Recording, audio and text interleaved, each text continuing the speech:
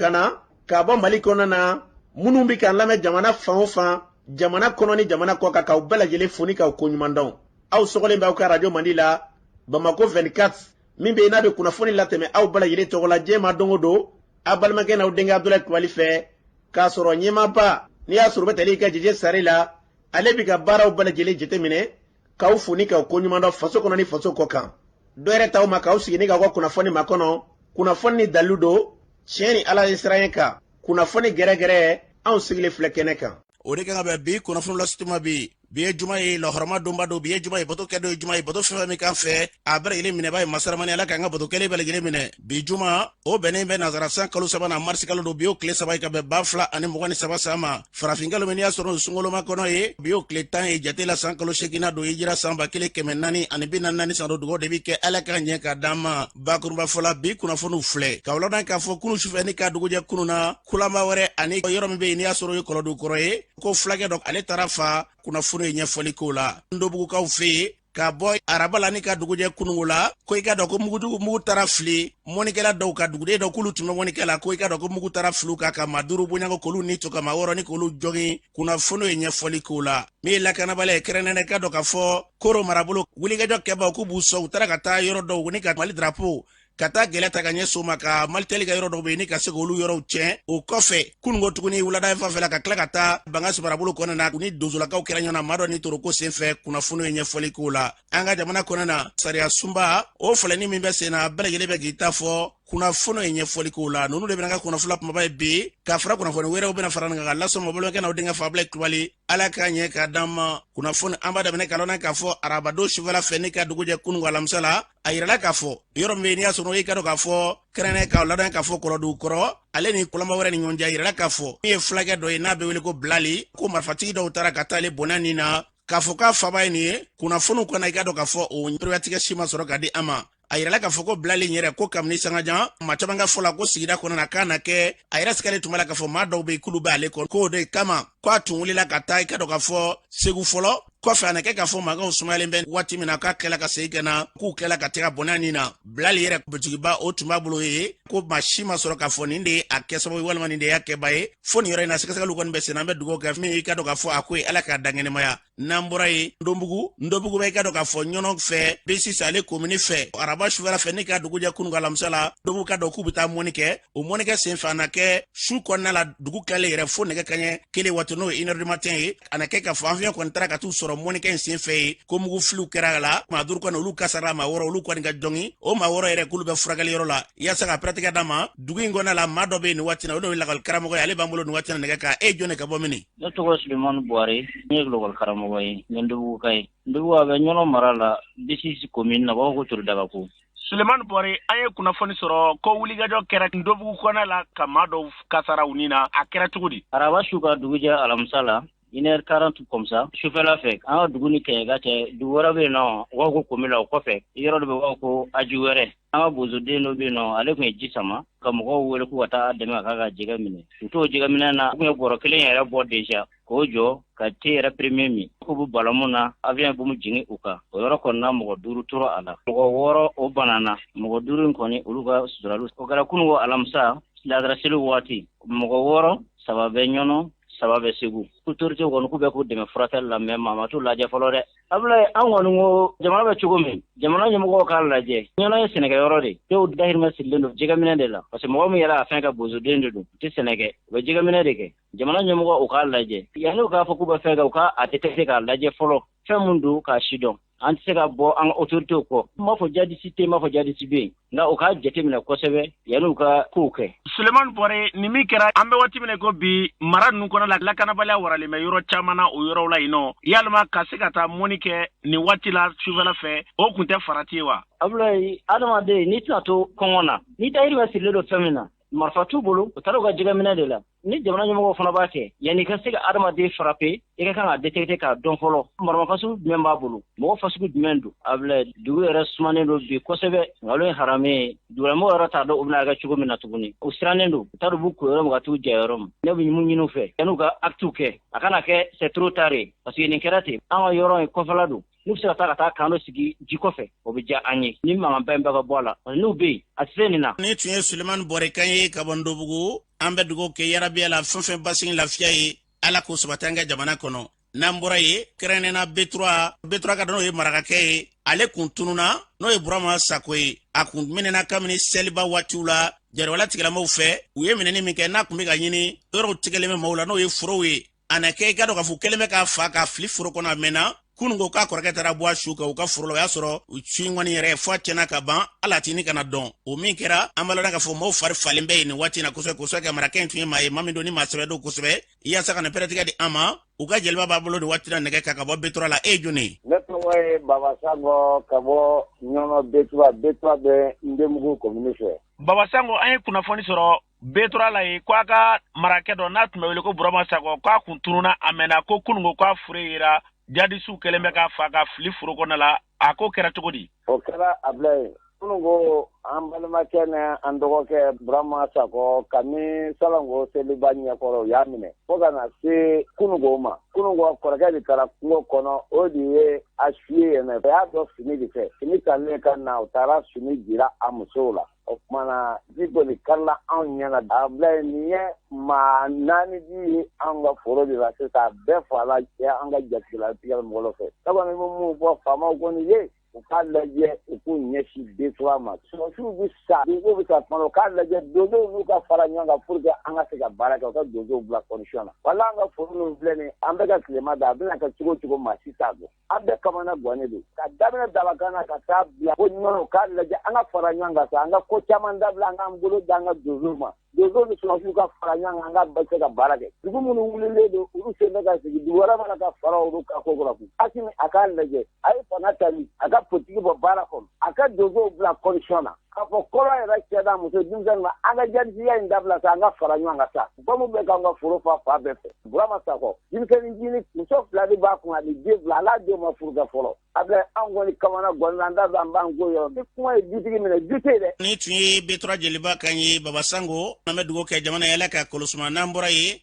an bɛ taa kɛrɛnkɛrɛnnena koro marabolo walajugu kɛbagaw u ye wulikɛjɔ daminɛ ye u y'a daminɛ arabaw la fɛ ka na araba su fɛ ka yɔrɔ dɔ bɛ yen ka gɛlɛ ta ka ɲɛsin malitel ale dagayɔrɔ ma mali drapeau ka tila k'o jeni ka bɔ kalanso dɔ kɔnɔ la o kɛra araba don kunungo alamisa fana u kɛla ka na fitirida waatiw bɛɛ la yɛlɛ kɛra k'u to marifaciw la yaasa ka n'u bɛɛ la yɛlɛ piratigɛ de an ma jukɛl jigiba ni ala sɔnna ma ale b'an bolo nɛgɛ kan i yɛrɛ ɲɛfɔ an e jɔnni ne tɔgɔ ye jugɛl jigiba ne bɛ baɲagara jugɛl jigiba an ye kunnafoni sɔrɔ ko arabadon sufɛla fɛ ko jadiwala tigilamaw nana koro marabolo la dugu min bɛ yen n'a bɛ wele ko barapeleli k'u nana ka na malitel ka antɛni ka na gɛlɛ ta ka ɲɛ sieba ko ka pandow bɔ ka taa n'u ye ka batiri dɔw ta ka taa ko mali ka drapeau ko ka tila k'o fana jeni a ko kɛra cogo di a kɛra mercredi arabadon mun ye le 1er mars 2023 majugu terroristes olu de nana dans la commune de Barapeleli serre de Koro u nana 18h fɔlɔ 18h u nalen lycée mun bɛ Barapeleli mali drapeau mun bɛ k'a lajigi u taara ka se ka na sufɛla tuguni matel antenne yɛrɛ u kun y'a sabote a mɛnna ka antenne cɛ a mɛnna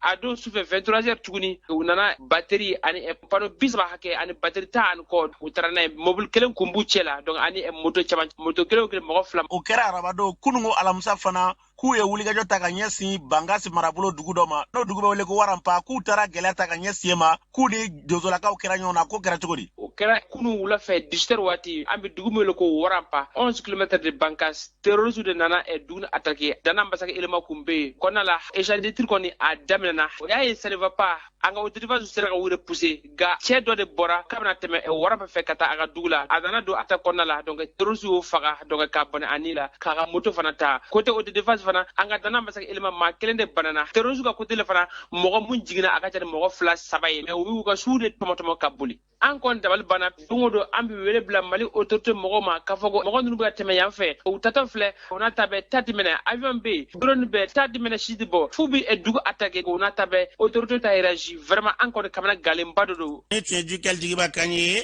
an bɛ dugawu kɛ mali basigi ni mali lafiya o se masaramani ye ala k'an ka jamana bila o minɛ kɔnɔ n'an bɔra ye nin baara minnu bɛ ka kɛ bi min ka dɔn ka fɔ an ka maliden dɔw ye kɛrɛnkɛrɛnnenya n'i y'a sɔrɔ u bɛ tali kɛ amadu jalo la ale maliden a bɛ fɔ itali ni waati na ale b'a hakilila d'a ma nin ko in na an ka lamɛn. ne ye amadu jalo ye bonye maliende ye me bibi na sigiro benendo italima nere ka hakilna e mi mogodo beno uga sabali ukana kelene jugo yakase degre do ma parce que nenye bulu ungane abe cho aminani hali kelete famimbe o ba fika kele jugo yakase o fambe fe uga sabali kwa uga to benga ke sen kala ka sen ke baga marla ka baga marake hali premier guerre mondiale mon temna ni anis muguni marfama bande sigiga fode kera ode ato o kele bana ko o ye kele mogo munumbu togo wele ko dama amasago mogo mun yafa kulu uka jamana uka sabali ne kursi bora kursi la doro o kursi kono uciana bebe saga mali arme akese fo e kado nunu umakango fe parce que marfa dir mo obu yala yoro min kaduyi kamni marfa yere diruma o bega fo ko bu yere lakana me o bora o hukumu kono nana ne bi min fo doro uka sabali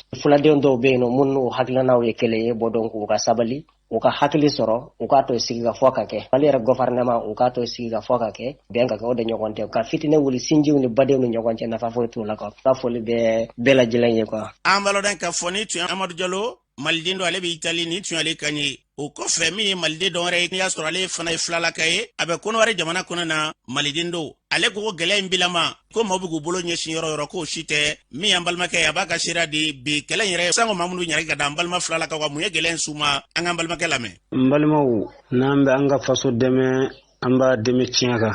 tien debi laban am balma ke Hamadou Kufa minka balaw nyesi fulawma ka balaw nyesi malien dewma ka nyesi afriki dew belle jelema torani nyani fulaw bamanaw markaw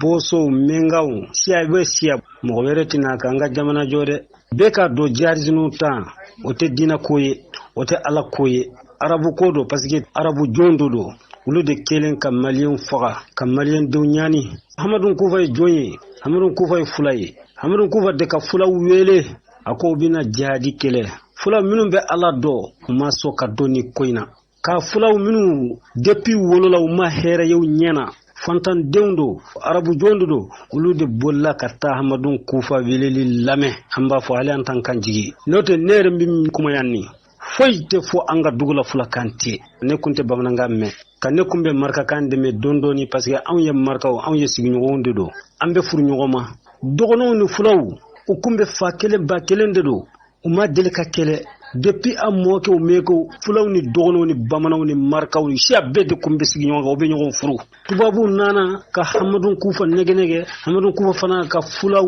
fantaw nunu negenege ku bilani koina kominte ala koye kana balaw jigi anga jamana ka ambe wele bila sia bela sia wo sia mimbe ni jihadisi koina an yere fula kan kono ante fuma jihadisi udo an kana fula kana amba fo jahilu parce que musu nyini nawdudo musu boshi lawdudo nunye bora muso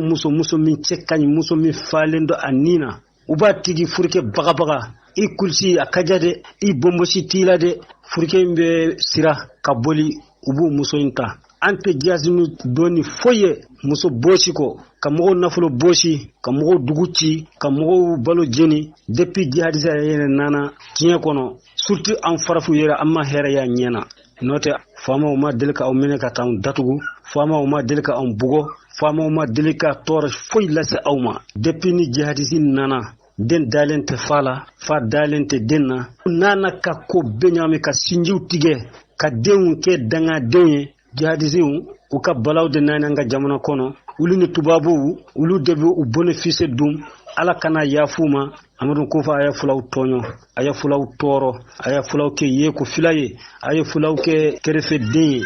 wallahi Amadou Kufa ante yafima jinye fara la haraka be min fo surtout am balma fulaw ube ko minan ka dabila ala kote kira kote mbesaka min fo am balma fulawma am be malien dewnye am ban tegedi nyoma ka ke muso kelen de ka ke kelen de ka dodda kelen fe ka bodda kelen fe am banga jamana jo note fakal min be kelani fulawdo de fulawdo parce que jaadina u nyama e fulawye nuka fakal ke yoro ube fulakan defo fulaw de bi mo faga o to tesaka bo fulaw de jamais o to o koni asebela fulaw histoire kono fo tesaka bo bile parce que Amadou Kufa fantaw tonyola ma baw doyala ma baw fagala jamana nyemaw burjala Amadou Kufa de kan ni be lase bibi darjate fulala dambete fulala sigiyɔrɔ tɛ fula la ni bɛɛ sababu ye kɛ Hamadu Kufa kana tasuma bila fulaw ka fulaw tɔɲɔ ka fulaw kɛ yeko fila ye ka ne tɛ jigi Hamadu Kufa la fulaw minnu tugura Hamadu Kufa la ale fana ka fisa n'olu ye n'o tɛ fula min b'a yɛrɛ dɔn ka Ala dɔn Ala tɛ tugu Hamadu Kufa nɔfɛ an balodan k'a fɔ ni tun ye an balima fulakɛ dɔ ale ka sira ye maliden dɔ min bɛ n'i y'a sɔnna bɛ kɔnɔwari ni waati in na ale hakili tun ye nin an ka jamana kɛrɛnkɛrɛnnenya gɛlɛya minnu b'a kan an bɛ dugawu kɛ Ala ka basigi lafiya ni k'o sabati n'an bɔra yen Kayi marabolo kɔnɔ la dɔgɔfuranye yɛrɛ daminɛna n'i ka dɔn k'a fɔ kiiriko ye sango jɔnya e ka dɔn o gɛlɛya minnu bɛ yen ka se ka fɛɛrɛ kɛ mun de kan ka k'a kɔnɔ na o sen fɛ kiiribulon ɲɛmaaw ka taa se lafatalikɛla dɔ ma n'o y'a fɔ ka dɔw ye maa dɔ b'u ka sira di an ka dɔw lamɛn kiiri tigɛ in a ka kɛ tilennenya o kɔnɔna la o de ɲininen don bi sariya bulon fɛ u ka kiiri tigɛ ladiriya kɔnɔ u kana kiiri tigɛ k'a fɔ k'u bɛ dimi bɔ mɔgɔ la ni mɔgɔ min jo bɛ ko min na u ka o tigi ka jo d'a ma ni mɔgɔ min jo tɛ ko min na o tigi tɛ se ka jo sɔrɔ dɛ parce min ka gɛlɛn sariya tigɛ la sariya tigɛba n'i nana kuma o kuma k'a fɔ k'i bɛ sariya tigɛ i kan ka sariya tigɛ jɛlenya de kɔnɔ ni sariya tigɛ la jɛlenya kɔnɔ mɔgɔ tɛ kuma o avocat ka baara fana b'olu dɛmɛ de avocat b'u hakilina di hali ni o tɛ olu hakilina ye forcément n'u ye avocat ka kuma lamɛn a ka ca Ala fɛ o fana bɛ se ka taa yɔrɔ caman sɔrɔ avocat ka kuma la donc n'i y'o bɛɛ ta k'o kɛ ɲɔgɔn kan u bɛ se ka kiiri ɲuman sɔrɔ sariya ko dama dɔrɔn tɛ o sariya bɛ se ka dɔ de k'a la mais sariya tɛ se ka ban pewu pewu dɛ min ka gɛlɛn o ye ka se mɔgɔw ma mɔgɔw ka faamu k'a fɔ Mali kɔni kɔnɔ an bɛɛ ye maliden de ka mɔgɔw lasigi ka mɔgɔw lafaamuya ka mɔgɔw la ka kuma kɛ mɔgɔw fɛ ka kumaw ɲɛfɔ mɔgɔw ye Mali n'a laadaw don Mali n'a taabolo don bon ni maliyɛn bɛɛ donna da kelen fɛ ka bɔ da kelen fɛ a ka ca yɛrɛ fɛ an bɛ ɲɔgɔn faamu quoi an ka tungarankew ni jɔyɔrɔba tun bɛ an ka développement ko la nka bibi in na Ala ye jɔnya ko kelen nin gɛlɛya donn'o bɛɛ kɔnɔna na wari minnu tun bɛ na ko développement olu tɛ ka na bilen mɔgɔw tun bɛ fara ɲɔgɔn kan ko minnu kɛ u tɛ ka se k'olu kɛ bilen an b'a lɔn k'a fɔ ni tun ye maa dɔw kan ye Kayi kɔnɔna la a fɔra cogo min na an bɛ dugawu kɛ yarabi Ala ɲini fɛn Ala k'o ka sɔrɔ fɛn ye jɔnya ko kuma min bɛ sen na yarabi ka kɛlɛ ka bɔ an ka jamana sen na pewu Ala ka kɛ ten n'an bɔra ye sapeur pompier olu tɔgɔladon kɛrɛnkɛrɛnlen o kɛra masikalo tile fɔlɔ o bɛ waleya o sen fɛ min ye kulukɔrɔkaw ye olu ye fara ɲɔgɔn kɛ o sapeur pompier ɲɛmaaw ka se ka kɛ kalan ye ka ɲɛsin maaw ma k'a kɛ i ka dɔn k'a fɔ faamuyali ye min bɛ n'i y'a sɔrɔ u bɛ ɲɛsin maaw ma dɛmɛɲɔgɔnya kunnafoni olu bɛ se ka sabati cogo min na ni gɛlɛya ye maaw sɔrɔ sirabankasara yɛrɛ ka se ka fura sɔrɔ a la o sen fɛ min ye kulikoro sapeur pompier a ɲɛmaa Sibiri Yɔrɔ Kɔnɛ ale ye min fɔ a sen fɛ o filɛ san o san 1er mars la organisation internationale de la protection civile ale ye don kɛrɛnkɛrɛnya ka a bɛn protection civile mɔgɔw ka don ma ɲinɛn ta bɛ subahana mansinw olu jɔyɔrɔ sapeur pompier mɔgɔw ka baara kɔnɔna na ɲinɛn ta la protection civile de Kulukoro u y'a laɲini k'a fɔ yɔrɔ bɛɛ n'a ka haju de don n'i ye Kulukoro région ta région tɛ Mali kɔnɔ bi mun bɛ Kulukoro bati accident de la circulation na o hukumu kɔnɔna na an y'a ɲini ka na pour la population ka population former sécurité masse la comme journée de don bɛɛ kan ka journée in laɲɛnamaya ni kɛwale dɔw ye kɛwale minnu b'a to protection civile service bɛ se ka ladɔnniya diɲɛ fantan naani fɛ ani population k'a dɔn protection civile agent bɛ baara mun na su ani tile an bɛna dans les milieux scolaires n'o ye ɔkɔlidenw jamajɛrɛyɔrɔw togariw b'o la sugudaw b'o la donc an ko an bɛna ka na formation kɛ population formation mun b'a to a t'u kɛ sécurité ye dɛ mais formation mun b'a to u fana bɛ se ka mɔgɔw nun kisi cogo min na parce que an y'a jateminɛ k'a fɔ ni accident kɛra mɔgɔw bɛ na lakalita ɲininaw bɛ na o lakalita ɲinina ninnu jɔyɔrɔ dɔ de b'u la u kan ka se ka baara dɔ kɛ parce que ni accident kɛra sisan il n'est pas dit que protection civile mɔgɔw ka se sisan kɛnɛ kan donc temps mun bɛ bila o kɔnɔna na an y'a jateminɛ kasarabatɔ caman de ni bɛ to o la donc an ko sisan an ka na population fa comme population de ye accident ninnu caman seereya ye surtout sifinnakaw donc o de y'an bila ka na ɔkɔlisow la an bɛna formation kɛ k'a daminɛ à partir d'aujourd'hui le 1er jusqu'au 3 an bɛna formation kɛ yɔrɔ fan bɛɛ lajɛlen na bɛɛ ka dɔɔni sɔrɔ formation na hakaja an bɛ se ka ni caman kisi cogo min na Sibiri Yɔrɔ Kɔnɛ a fɔra cogo min na an bɛ dugawu kɛ Ala ka ɲini fɛ ni k'o ka sɔrɔ fɛn n'an bɔra ye changement climatique kɛrɛnkɛrɛnnen na waati yɛlɛma kɔlɔlɔ mun ni mun de kan ka kɛ fara ɲɔgɔn kan sango an ka jamana ka taa se jamana wɛrɛw ma jamana ba naani boɲango olu ka tigɛ di ɲɔgɔn ma o baaraw bɔra ka waleya o sen fɛ an ka ministre min ka baara ɲɛsinnen bɛ bɔnɔgɔla sabatili n'i y'a sɔrɔ bɛ tali ka Modibo Keyita ale ye kuma min fɔ o filɛ nin kɔni ye nisɔndiya de ye parce que mɔgɔ kelen baara yɔrɔ b'a dɔn o man di mɔgɔ si ye ni jamana naani farala ɲɔgɔn kan ka se ka programme min développer ka se ka an ka sigida ka se k'o lakana je pense an b'o hukumu de kɔnɔ bi donc programme bɛn ka di an ka Mali b'a la Burkina b'a la Côte d'Ivoire b'a la Benin b'a la donc ninnu bɛɛ n'u ka programme spécial de don mais baara in yɛrɛ koloba ye min ye n'o diyara an ye c'est que jamana 4 ka fara ɲɔgɔn kan ka baara kɛ ka sigida ka a protéger ka a kɛ an sago ye parce que mɔgɔ ɲuman na ko kɔnɔ faralen de bi fɔ donc n'an sera ka fara ɲɔgɔn kan ka bɛnkaji kɛ peut-être bɛnkaji dɔ bi mais jamana 4 dɔ bi mais a bɛ se ka kɛ jamana 10 ye jamana 20 Afrique bɛɛ bɛ se ka bénéficier programme na donc n b'a ɲini mɔgɔ minnu nana évaluation in na bi u ka évaluation in u k'a kɛ k'a ɲɛ k'a yira an na k'a fɔ sɔrɔ minnu kɛra a kɔnɔ degun minnu kɛra a kɔnɔ an bɛ se k'o bɛɛ corriger cogo min na ka se ka baara in tɔ kɛ k'a ɲɛ san wɛrɛ ani san nataw la donc an b'o hukumu de kɔnɔ bi.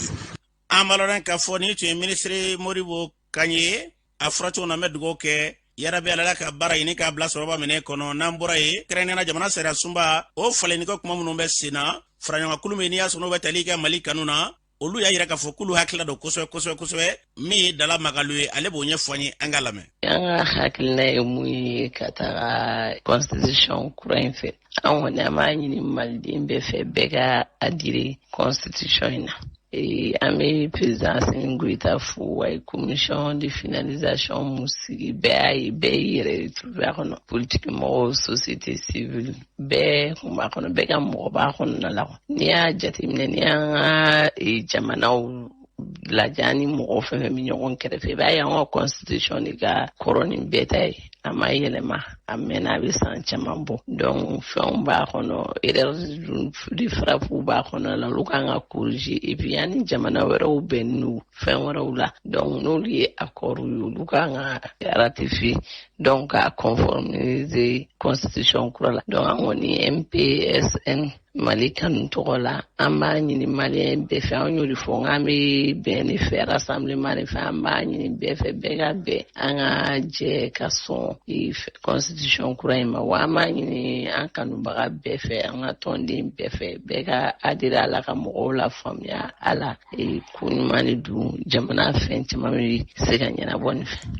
An b'a lɔn k'a fɔ ni tun ye Dala Magalu Kanye Mali kanu olu ka maɲɛma dɔ don min ye ka dɔn k'a fɔ PSD ɲɛma n'i y'a sɔrɔ tali kɛ Ismail Sako la ale ko k'a baara kɔni dɔw ka ɲi la nka ko ale fɛ k'a ka bila Ismail Sako ye kuma min fɔ o filɛ. Constitution kura ko min bɛ sen na an y'a ye k'a fɔ ko dama dɔ b'a kɔnɔ minnu fana n'u ka ɲi an bɛ se ka kuma article 106 kan o article 106 min bɛ kuma député walima maire minnu bɛ sigi parti tɔgɔ la u sigilen kɔ o bɛ janfa don u ka tɔnba la ka bɔ ka taa tɔn wɛrɛ la n'o kɛra u ka mandat bɛ bɔsu la u ka député bɛ ban o yɔrɔ la o tɛmɛnen kɔ député ni sénateur minnu fana mana sigi u ka sariya kura in b'a yira k'a fɔ n'i ye ko kɛ min bɛ sariya sɔsɔ ka dankari kɛ ko caman na i ka député ani ka sénateur fana bɛ se ka jɔ sara la a bɛ se ka bosi la olu ko ninnu ye ko ɲumanba de comme a bɛ yira fana ko ministre minnu fana bɛ sigi gouvernement kɔnɔ wa article 82 fana b'o yira k'a fɔ n'u ye sariya sɔsɔ ka ko kɛ komi ni sariya bɛ se k'u nɔ minɛ o nɔ bɛ se ka minɛ k'u to ministériya la donc o bɛ yira k'a fɔ ka ministère fana bɛ se ka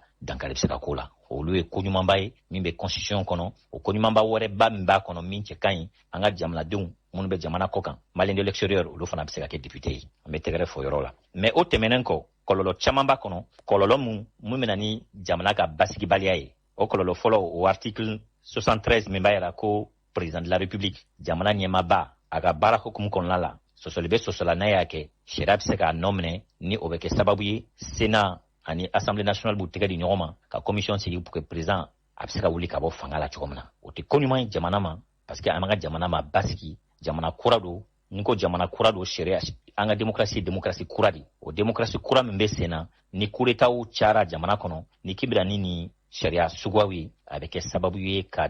fili caman don baaraw la ka gɛlɛya don jamana ka basigi kɔnɔ o cɛ man ɲi an ka jamana ma o sariyaw fana b'a yira k'a fɔ ko i kɛra sénateur ye olu président Assemblée nationale président o article 113 fana b'a yira ko o fana bɛ se ka ni sɔsɔli nana u ka baara kɛcogo la n'o ye sariya sɔsɔ olu fana bɛ se ka wuli ka bɔ u nɔ la bon ne bolo halisa o tɛ ko cɛ ɲuman ye an ka jamana ma fɔlɔ jamana ma kɔgɔ démocratie sira fɛ pour que an ka se olu ma alors u ka se ka nin constitution ko nin waatinin kɔnɔ u k'a ɲɔngiri u k'a dabila. An b'a lɔn k'a fɔ ni tun ye Ismail Sako PSD ni tun y'ale ka sariya an bɛ dugawu kɛ min da ka di an ka jamana la ka Mali bila sira kan n'an bɔra yen dɔgɔ furancɛ kɛrɛnkɛrɛnlen dɔ bilala sen kan baaraw daminɛna kununko yurugu yɛrɛ o kɛlɛli kama baara in b'a la ka kɛ Memorial Modibo Keita la o tile n'i y'a sɔrɔ cakɛda min ka baara ɲɛsinnen bɛ dunko juguya ni yurugu kɛlɛli ma o ɲɛma Mumini Gindo ale kuma min fɔ a senfɛ o filɛ. ne ta ka wolofilana sigira sen kan walasa sifinakaw denmisɛnninw ani hali minnu kɔrɔlen dɔ dɔɔni u ka hakilisigi kɛ maliyɛnw jama cɛman ni musoman k'a fɔ ko bɛɛ de kan ka wuli k'i jɔ ka giringajɔ kɛ ka kɛlɛ kɛ walasa walejugu min ye wulujugu an ka se ka a ɲɔni ka bɔ anw kan fɔra k'a fɔ ko san o san u bɛ ni baara min kɛ ɲinata fana bɛ bila o minɛn kelen de kɔnɔ. Jateminɛ dɔ de kɛra san 2016 projet dɔ fɛ projet tɔgɔ ko JIPREC projet baara de kɛra ka taa denmisɛnninw ɲininka o hakilina ye min ye yuruguyurugu kan o ɲininka ni choix dir'u ma yuruguyurugu kɛ u kana kɛ u ka hakilina bɛ kɛ min ye o baara y'a jira k'a fɔ ko o wagati 2016 n'i ye Mali sifina musoman ni cɛman 100 sigi i b'a sɔrɔ 21 o yɛrɛ kɔrɔtɔlen don ka yuruguyurugu kɛ ale bɛ ɲɛbɔ minnu bɛ yuruguyurugu kɛ a bɛ ɲɛbɔ olu fɛ o kɔrɔ k'a fɔ k'ale fana bɛ occasion de ɲini n'a y'a sɔrɔ dɔrɔn a b'a kɛ o kɔfɛ mɔgɔ 66 olu hakilina ɲɛnama t'u la ka ɲɛsin yuruguyurugu ma o kɔrɔ k'a fɔ k'olu fana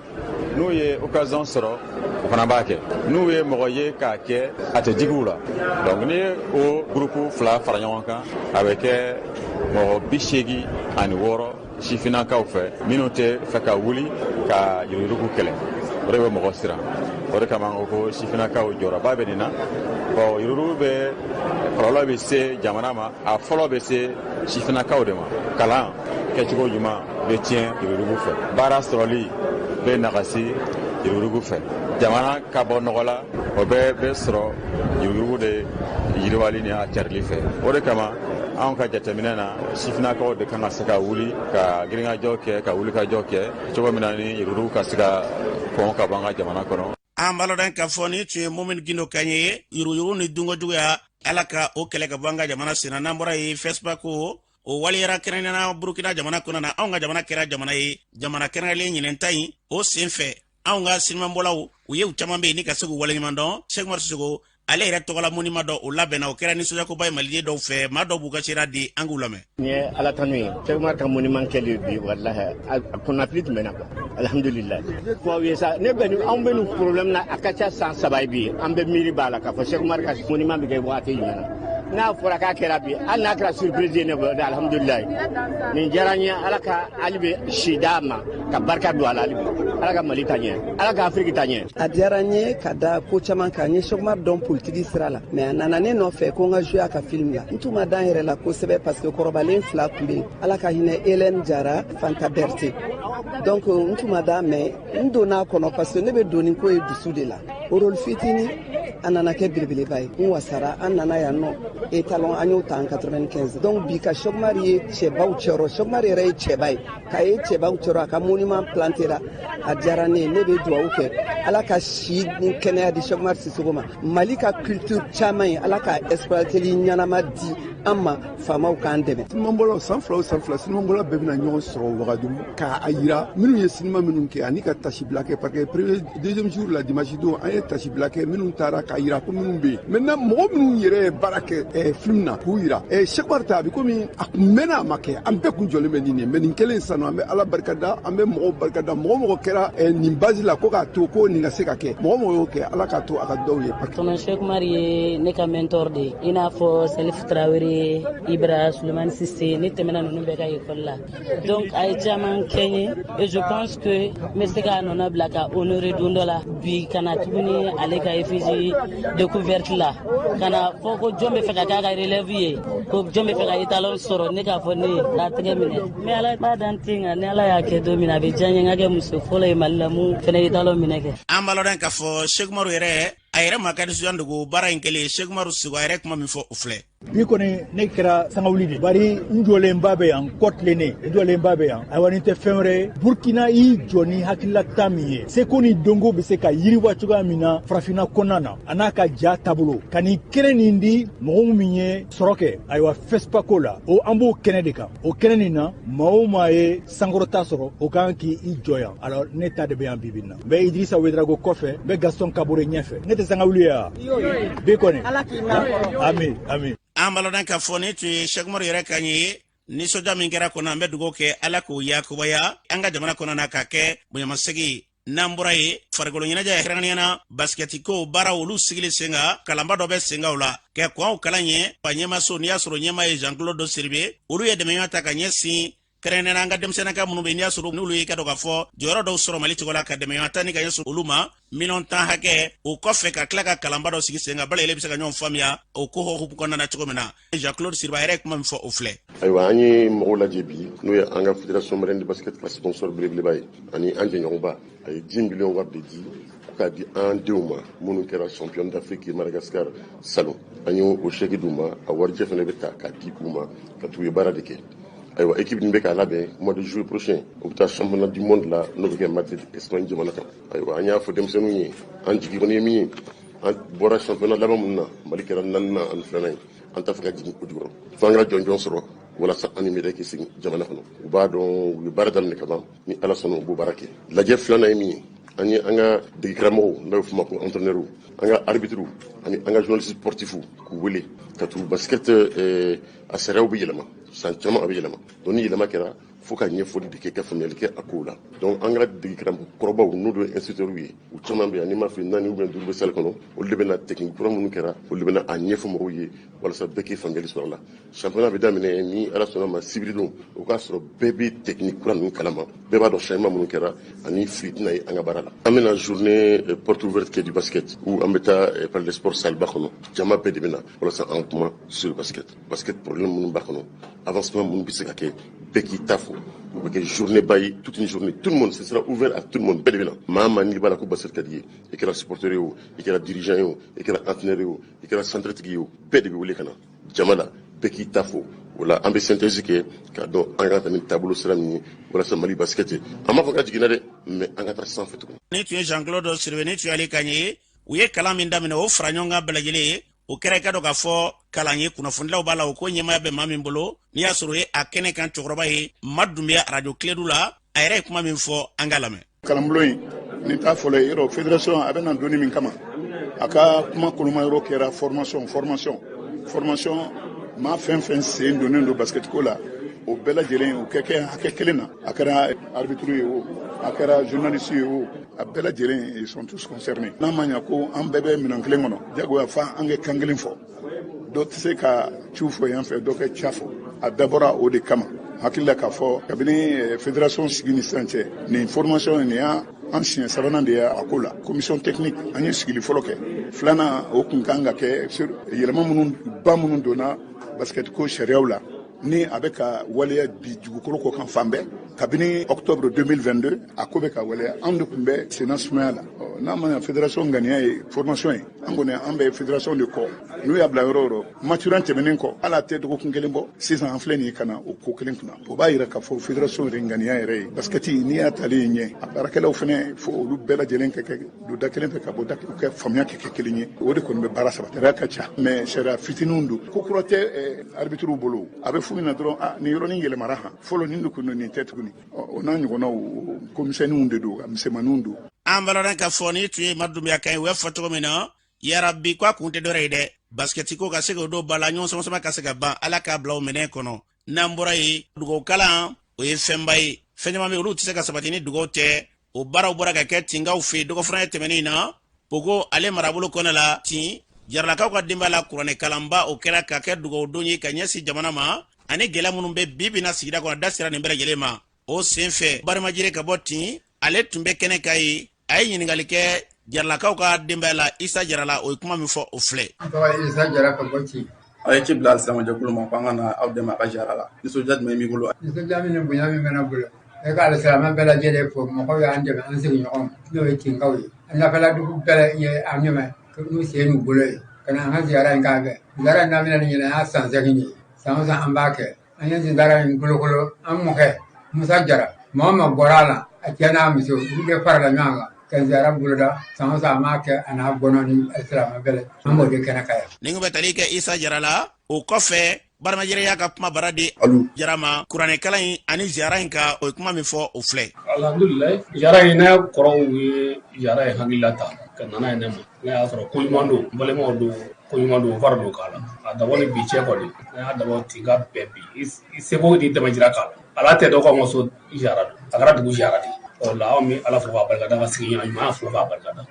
ala barika la kama kɔni daminɛ ne yɛrɛ kɔni ye nka seko ye min kɔni y'a don o duma sina n b'o kɛ wa kama daminɛ na san o san bɛ tɛmɛ ka kɛta o ye ala dɛmɛ ye ne kɔni bɛ silamɛjɛkulu bɛɛ fo k'a bɛɛ barikada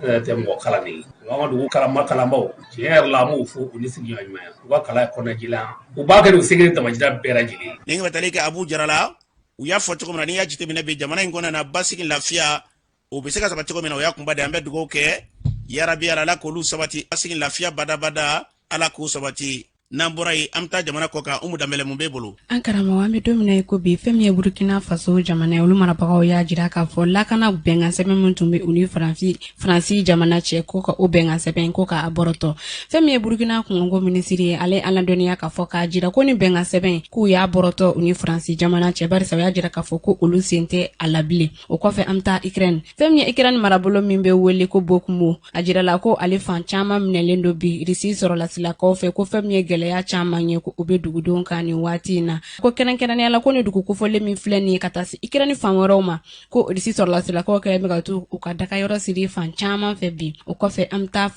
Faransi jamanakuntigi Emmanuel Macron ale ye taama daminɛ ni dɔgɔ furancɛ in kɔnɔ ka taa Gabon jamana kan kunu yɛrɛ fɛn min ye ani Gabon jamanakuntigi u ye ɲɔgɔn ɲɛ ka sigi ka fɔ kɛ a jirala ko Emmanuel Macron ko a ka ni taama in ɲɛsinnen bɛ fɛn min ye farafin jamanaw ka ɲɛsin olu ma o kɔfɛ ko n'a bɔra nɔ k'a bɛna i kunda Angola ale ni Congo Brazzaville kan o kɔfɛ an taa Italie tungarakɛw minnu ye kasara sɔrɔ dɔgɔ furancɛ tɛmɛnen kɔnɔna ni maa caman bɔnɛna u ni la n'u ye kurun kasara sɔrɔ a jirala k'a fɔ k'u ka kurun ko o de jiginna ji jukɔrɔ ni waati in na fɛn min ye Italie finitigilakaw ye k'a fara jamanaden wɛrɛw kan olu bɛ wuli ka jɔ la ka dɛmɛ ɲɔgɔnya ta k'a ɲɛsin ni tungarakɛ ninnu ma walasa ni kurun kasara ɲɔgɔnna wɛrɛ kana se ka kɛ an karamɔgɔ an tun ye min sɔrɔ ni kun dɔ an bɛ dugawu kɛ yarabiya la basigi lafiya ala k'u sabati diɲɛ bɛɛ lajɛlen kɔnɔ la karamɔgɔ Aruna Togola k'u to yan fo Sandro ani Karanila ale ni Siri Kulubali Sira Siribe olu bɛ yen u tun bɛ kalan na ni ala sɔnna ma a bɛna se a kuncɛyɔrɔ ma ka ban an bɛ dugawu kɛ ala kana n'u ɲuman ye kana ɲuman sɔrɔ yan kunnafoni fara ɲɔgɔn kan Umu Danbɛlɛ Ablaye Kulubali de tun bɛ yan min ye Mohamed Samake alhamdulilayi min ka dɔn an y'a fɔ cogo min na siraban kasara min kun kɛra a ma juguya bi kɔni a ye baaraw daminɛ an bɛ foli ta ka ɲɛsin an lamɛnbaaw bɛɛ lajɛlen ma an y'o fɔ a ye su ani tile maa caman bɛ minnu bɛ weleliw san ma tiɲɛ don dɔw b'a ɲini olu t'an sɔrɔ ka kunnafoni wɛrɛw di anw ma walima ka se ka hakilila wɛrɛw fara an ta kan n'aw mɔgɔ b'an na su ni tile an b'aw ka bila la ka se ka kunnafoni wɛrɛw d'aw ma aw mana kɛ yɔrɔ yɔrɔ k'an wele an ka nɛgɛjuru sira fɛ da ma